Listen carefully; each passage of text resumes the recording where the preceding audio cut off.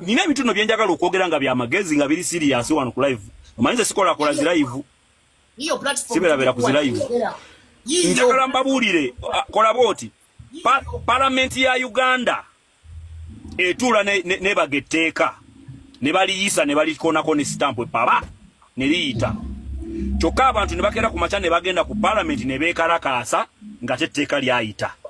Tukitegera nga beekalakaasa ku kintu ekyo. Olowooza lwaki abantu baba beekalakaasa ate nga tteeka lyayita? Kyeza tebaba bamativu. Abayimbi okujja eggulu nga banoonya afande baba balina ensonga zaabwe abamu.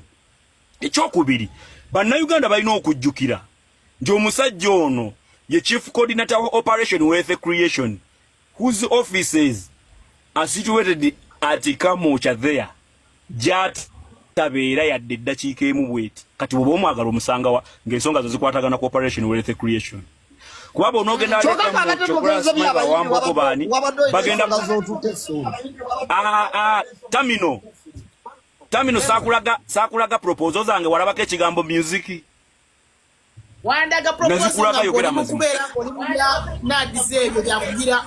byankulakula na birala nnyo nze nina ebintu byange birala ne lwakuba ndi muyimbi.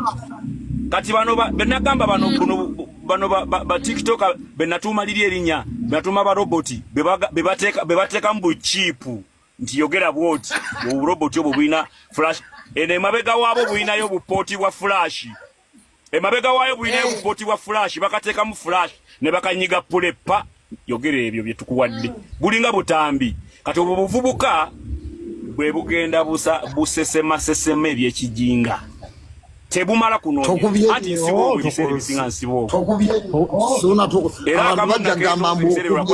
akamuna ketonza saagala kalabisa nnyo nena ketonza awo anti nze mbusiba ezo sente zisiba abo nzirina ezo zo nzirina naziteeka ku account yazo abo mbasiba nnyo aboogera njwanjwa nsiba nnyo okusinga okukola ekirala kyonna.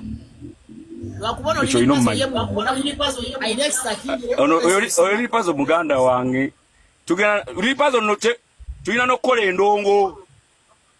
Nze njagala tudde wajje nokamawema tukole strategy tumuwambe muwambi abakulu muwulidde liri tuwe kusakulu jena alina okutuwa sente abakulu waliwo omwami ayagala okwogera awo batumuwe ku mukisa ayogere.